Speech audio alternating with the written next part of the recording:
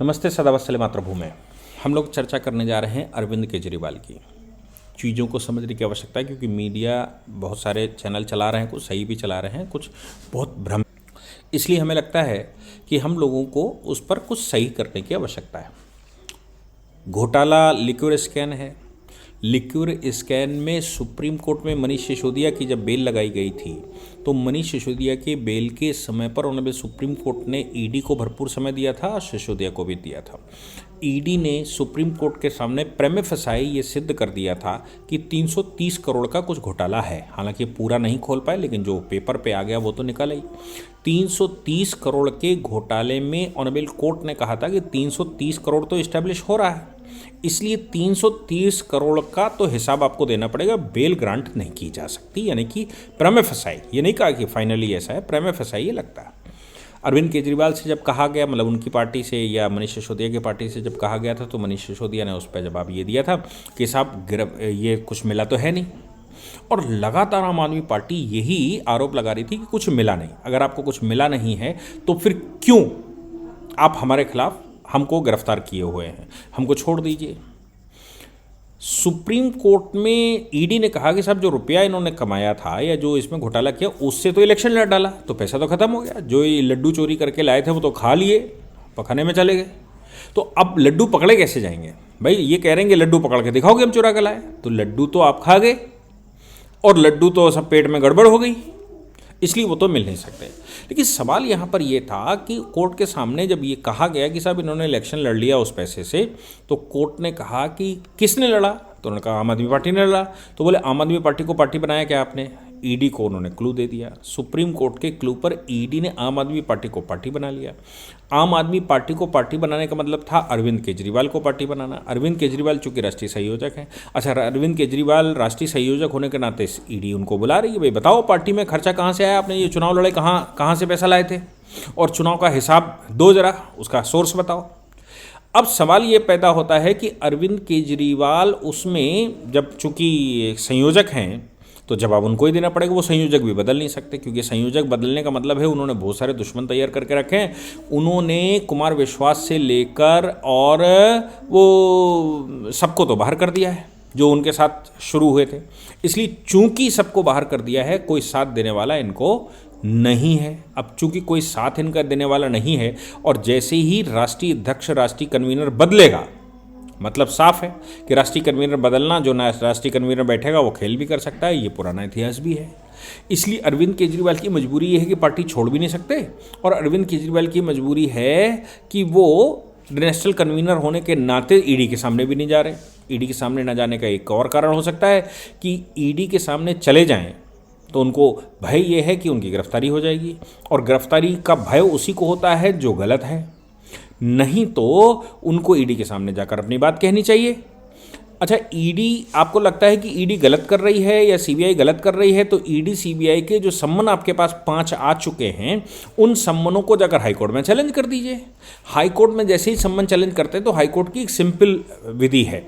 High court को अगर लगता है कि ईडी को बुलाएंगे, ईडी के पास कुछ नहीं है, हाईकोर्ट को लगेगा कि ईडी के पास कुछ नहीं है अरविंद केजरीवाल के खिलाफ, तो सीधा क्वैश कर देंगे।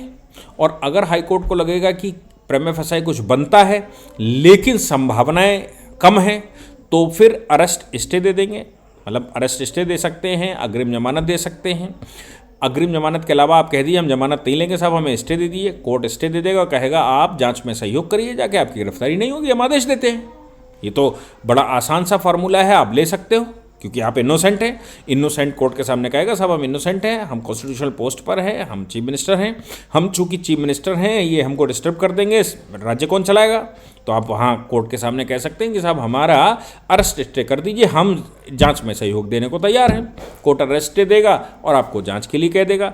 आप ज़्यादा बहस करिए तो ये भी कह सकते हैं कि भाई पहले चार्जशीट हमारे पास सबमिट की जाए, मेरे आदेश के बाद ही इनको गिरफ्तारी की जाए, उससे पहले इनकी गिरफ्तारी ना की जाए। इस तरह का कोई भी ऑर्डर हो सकता है और रिलीफ मिल सकता है, सुप्रीम कोर्ट से भी मिल सकता है, हाई कोर्ट से भी मिल सकता है।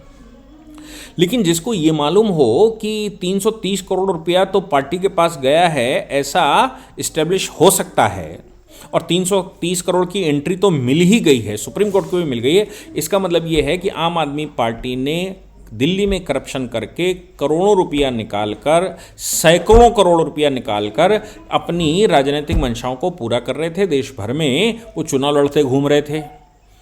बात क्लियर है कि अरविंद केजरीवाल की गिरफ्तारी 100 में 99% कन्फर्म है।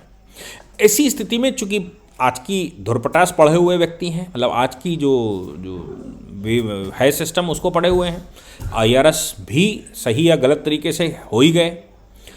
IRS होने के नाते उनको ये मालूम है कि क्रिमिनल केस में कब गिरफ्तारी होती कब नहीं होती, इसलिए वो ईडी के सामने प्रेजेंट होने से बाज आ रहे हैं। ईडी के सामने प्रेजेंट ही नहीं हो रहे क्योंकि उनको लग रहा है कि ईडी के पास सफिशिएंट मटेरियल है और वो पहले से ये घोषणा कर चुके हैं। जिसकी घोषणा अरविंद केजरीवाल ने की कि इनकी गिरफ्तारी हो सकती, वो सब गिरफ्तार हो गए और अपनी भी कर चुके हैं मेरी गिरफ्तारी हो सकती।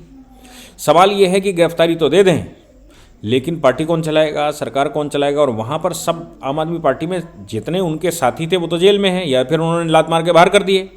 अब जो बैठे हैं वो सब अपॉर्चुनिटी के चक्कर में हैं। आपको याद होगा CBI में जब 9.5 घंटे इन्वेस्टिगेशन चला था तो उस समय अरविंद केजरीवाल जी की पार्टी वाले ये तय कर रहे थे कि मुख्यमंत्री कौन होगा, क्योंकि उनको लगा था कि इनकी गिरफ्तारी हो गई। अच्छा, जो हुजूम उनको उम्मीद थी कि उनको एक हुजूम मिलेगा, उनको भीड़ मिलेगी, उनको सपोर्ट करने के लिए लोग आएंगे, वो कुछ हो नहीं पाया।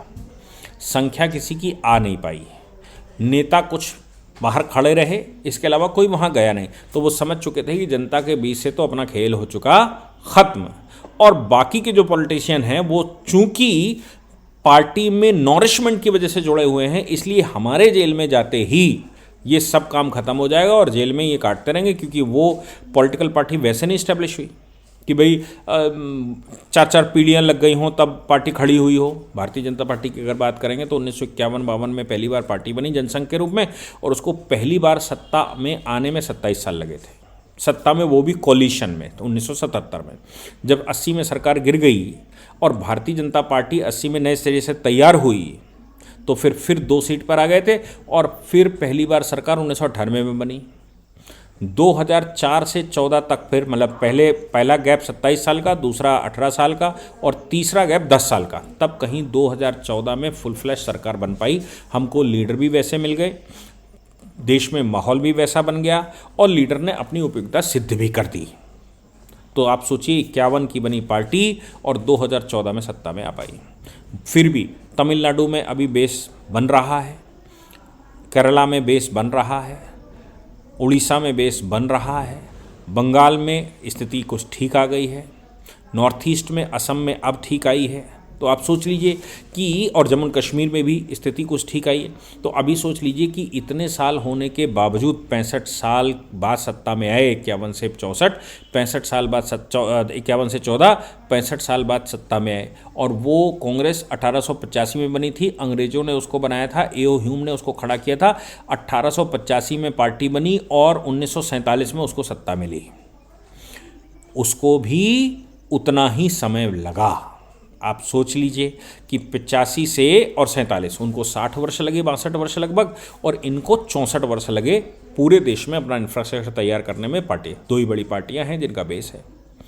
और अरविंद केजरीवाल चाहते हैं कि वो बहुत कम समय में राष्ट्रीय राजनीति में आ जाएं और वो देश में सरकार बना लें। उसके लिए धन की आवश्यकता होती, कार्यकर्ता जुटाने की आवश्यकता होती, लोग दिल से आपके साथ जुड़ें, लोग पैसे खर्च करेंगे, आपके कार्यक्रम करवाएंगे, आपके लिए इंफ्रास्ट्रक्चर तैयार करेंगे, कुछ लोग अपने मकान दान में देंगे, कुछ अपने ज़मीनें दान में देंगे, वहाँ कार्यालय बनेंगे, फिर आने जाने का खर्चा आपका उठाना और पार्टी का उठाना। ये एक बड़ा काम है। जब तक आपके पास लोगों का बेस नहीं होगा तब तक नहीं होगा। आप ये कहें कि हम खरीद कर लोगों को बना लेंगे, तो खरीदने के लिए तो धन चाहिए, और धन के लिए आपके पास दिल्ली में सरकार है और पंजाब में सरकार बनी भी बाद में, तो वो भी ऐसी है कि उसके पास धन नहीं है, घोटाले वो भी कर रहे हैं। तो यहाँ पर ये सोचने की बात है कि अरविंद केजरीवाल इतनी जल्दी में चले तो अब फंसना स्वाभाविक था। इसलिए ईडी ने एक नया दांव खेला। ईडी ने उनको उठाने के बजाय, 5 सम्मन देने के बाद उनको उठाने के बजाय वो राउस एवेन्यू कोर्ट में चले गए। ईडी मतलब जो ईडी का और सीबीआई की अलग कोर्टें होती हैं, कोर्ट वही होती है लेकिन एक जज अलग होते हैं, जिनको सीबीआई कोर्ट कह दिया जाता है, ईडी कोर्ट कह दी जाती है, गुंडा कोर्ट कह दी जाती है, या फिर SC/ST कोर्ट कह दी जाती है, फैमिली कोर्ट कह दी जाती है। ऐसे अलॉटमेंट कर दिया जाता है। वो वहाँ चले गए। वहाँ उन्होंने कहा कि साहब हमारे पास ये एविडेंस हैं और अरविंद केजरीवाल इन्वेस्टिगेशन में हमारा सपोर्ट नहीं कर रहे हैं, अरविंद केजरीवाल इन्वेस्टिगेशन में सहयोग नहीं कर रहे हैं। परिणाम ये निकला कि राउस एवेन्यू कोर्ट ने जब वो डॉक्यूमेंट्स देखे होंगे घोटाले के, और सुप्रीम कोर्ट तो ऑलरेडी कह चुका है कि आम आदमी पार्टी से बात करो, आम आदमी पार्टी में किससे बात करेंगे, मतलब आम आदमी पार्टी को पार्टी बनाओ, आम आदमी पार्टी को पार्टी बनाएंगे तो किससे, पार्टी से थोड़ी ना बात करेंगे, बिल्डिंगों से थोड़ी ना बात करेंगे, बात तो करेंगे संयोजक से। संयोजक बताएगा कि क्या खर्च किया क्या नहीं किया, उसका हिसाब किताब मांगेगी ईडी। तो फिर ऐसी परिस्थिति में राउस एवेन्यू कोर्ट के अंदर उन्होंने इनको सम्मन कर दिया। अब ये सम्मन को ध्यान रखना चाहिए कि ये ईडी का सम्मन नहीं है, ये राउस एवेन्यू कोर्ट का सम्मन है, यानी कि कोर्ट का सम्मन है। ये अब एजेंसी का सम्मन नहीं है। एजेंसी के सम्मन में भी एजेंसी को गिरफ्तार करने का राइट होता है, लेकिन उन्होंने एक्स्ट्रा प्रोटेक्शन लेते हुए वो राउस एवेन्यू कोर्ट में गए, कोर्ट के सामने एविडेंसेस रखे, कोर्ट के सामने एविडेंसेस में कोर्ट प्रीमा फेसाई सेटिस्फाई हुआ है, और उस सेटिस्फेक्शन के बाद कोर्ट ने अरविंद केजरीवाल को सम्मन इशू किया है।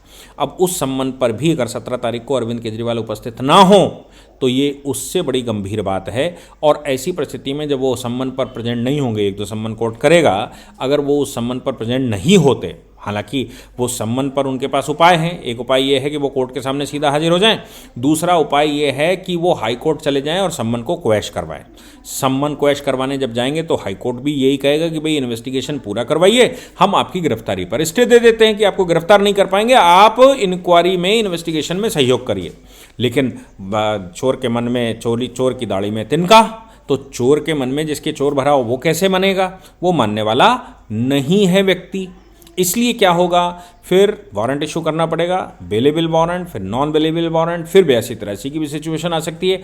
और ऐसी परिस्थिति में कोर्ट का कंटेम्प्ट करने के आरोप में दोषी सिद्ध हो सकते हैं, जेल में डाले जा सकते हैं। दोषी सिद्ध होने पर मुख्यमंत्री की पोस्ट छोड़नी पड़ेगी। हेमंत सोरेन का मामला देख लीजिए, या फिर आप नीतीश कुमार का मामला उस समय का देख लीजिए, जयललिता का मामला देख लीजिए, इनको सबको उस समय चीफ मिनिस्टर रहते हुए पोस्टें छोड़नी पड़ी थीं। पन्नीर सेल्वम AIADMK की तरफ से उस समय सरकार में आ गए थे। नीतीश कुमार को जब ये करना था तो फिर जितिन राम मांझी मुख्यमंत्री बन गए थे। ये आपको कोर्ट का पालन करना ही पड़ेगा। और अब अरविंद केजरीवाल आंदोलन करने की स्थिति में नहीं है। आंदोलन करने की स्थिति में अगर होते तो फिर आप समझ लीजिए कि जब पिछली बार CBI ने उनको 9.5 घंटे उनसे पूछताछ की थी, उस समय उनके साथ एक हुजूम खड़ा होता, CBI के दफ्तर के बाहर लोग खड़े होते, CBI के अगेंस्ट में लोग सामने आते, कुछ बयानबाजी होती, कुछ आंदोलन होता, कुछ होता। इसलिए ये बात पक्की है कि उनके पास कुछ है नहीं। ऐसी परिस्थिति में अरविंद केजरीवाल को अब सिर्फ एक रास्ता दिखता है कि जितनी देर तक दौड़ सकते हो उतनी देर दौड़ो, क्योंकि शेर उनको खाने वाला है। वो शेर के जबड़ों में जाने वाले हैं, इनकी ईडी या कोर्ट के जबड़ों में जाने वाले हैं। जेल उनका स्वागत करने को तैयार है, जेल के दरवाजे उनके लिए खुलने को तैयार हैं। इसलिए जितनी देर तक दौड़ सकते हैं उतनी देर तक दौड़ लीजिए, और जब तक बच सकते हैं तब तक बच लीजिए, क्योंकि जेल तो जाना ही पड़ेगा। मैं आपको इलस्ट्रेशन बता दूं कि हमको सबको याद होगा कि सुब्रत राय सहारा देश का बड़ा नाम था, इकोनॉमिक क्राइम का मामला था, मतलब इकोनॉमिक सेटलमेंट का मामला था, सीबी का मिसयूज़ करने का मामला था, या सीबी के ऑर्डर को न मानने का मामला था। ऐसी परिस्थिति में मामला सुप्रीम कोर्ट गया था। सुप्रीम कोर्ट ने सुब्रत राय सहारा को सम्मन किया था, और सुब्रत राय सहारा वहां आने से मना कर दिए थे या नहीं आए थे। ऐसी परिस्थिति में 2-3 सम्मन जाने के बाद सुब्रत राय सहारा को वारंट करके उठवा लिया गया था और उनको तिहाड़ जेल में रखा गया। सुब्रत राय सहारा ने कोर्ट के सामने कहा था उस समय कि साहब हम तो आना चाहते हैं, हम कॉपरेट करेंगे, आप बताइए हमको जाने दीजिए। कोर्ट ने कहा अब तुम्हें कोऑपरेट करने की जरूरत नहीं, हम कोऑपरेट करवा लेंगे, अब आप हमारी जेल में रहिए। बाद में उन्होंने बारंबार ये कहा कि हमको बेल दे दीजिए। क्यों? क्योंकि हम पैसा जमा करने के लिए होटल बेचने हैं, ऑक्शन करनी है, विदेश जाना, ये करना वो करना। कोर्ट ने कहा हम आपको अपनी जेल में ही रखेंगे, आपको वहाँ व्यवस्थाएं कर देंगे, वहाँ बैठक भी कर सकते हो, वहाँ आप मीटिंग कर सकते हो, वहीं पर ऑक्शन कर सकते हो, सब व्यवस्थाएं करेंगे, लेकिन हम जेल से बाहर नहीं जाने देंगे। सुब्रत राय सहारा भारत के 4-5 उन लोगों में से एक थे जिनके पास धन की कमी नहीं थी, जिनके पास वकीलों की कमी नहीं थी, जिनके पास सिस्टम की कमी नहीं थी, जिनके पास व्यवस्था की कमी नहीं थी। तब भी उनको 2-2.5 वर्ष तक जेल में रखना, मैं एग्जैक्ट टाइम नहीं बता सकता कितनी देर जेल में रहे, लेकिन उनको जेल में रहना पड़ा था। इनको भी जेल में रहना पड़ेगा, मुझे ऐसा लगता है। और जैसे ही अरविंद केजरीवाल जेल में जाने वाले हैं, पॉलिटिकल पार्टी का कन्वीनर बदलना पड़ेगा, दिल्ली का मुख्यमंत्री बदलना पड़ेगा, और जितने उनके साथ अभी जुड़े हुए लोग हैं वो कोई ऐसा नहीं है जो अरविंद केजरीवाल को दिल से चाहने वाला हो और ये मानकर चलता हो कि अरविंद केजरीवाल हमारे आइडियल हैं, उनके लिए हम जीने मरने को तैयार हैं। अरविंद केजरीवाल जैसे ही अंदर जाते हैं वैसी सरकार भी बदलने वाली है और पार्टी में दायित्व भी बदलने वाले हैं। फिर उसके बाद अरविंद केजरीवाल को कोई घुसने देगा पार्टी में, ये भी बड़ी शंका है। लेकिन यहाँ पर ध्यान रखना चाहिए, इस बार सम्मन ईडी ने नहीं किया है, इस बार सम्मन कोर्ट ने किया है। और कोर्ट के सम्मन का मतलब होता है कि नहीं उपस्थित होने पर वारंट और कंटेम्प्ट और जेल। ये अरविंद केजरीवाल ने अपना भाग्य स्वयं लिख लिया। लेकिन अरविंद केजरीवाल के पास कोई ऑप्शन भी तो नहीं है, करे तो आखिर करे क्या। जितनी देर तक टाल सकते हैं, जितनी देर तक दौड़ सकते हैं, जब तक बच सकते हैं, जब तक वेंटिलेटर पर रखा जा सकता है तब तक वेंटिलेटर पर रहेंगे, मरना तो है ही। यानी कि जेल तो अरविंद केजरीवाल को जाना ही है। और अरविंद केजरीवाल जो अब बो रहे हैं उससे ऐसा लगता है कि लंबे समय तक कारावास में प्रवास करेंगे। जय हिंद, जय भारत, वंदे मातरम।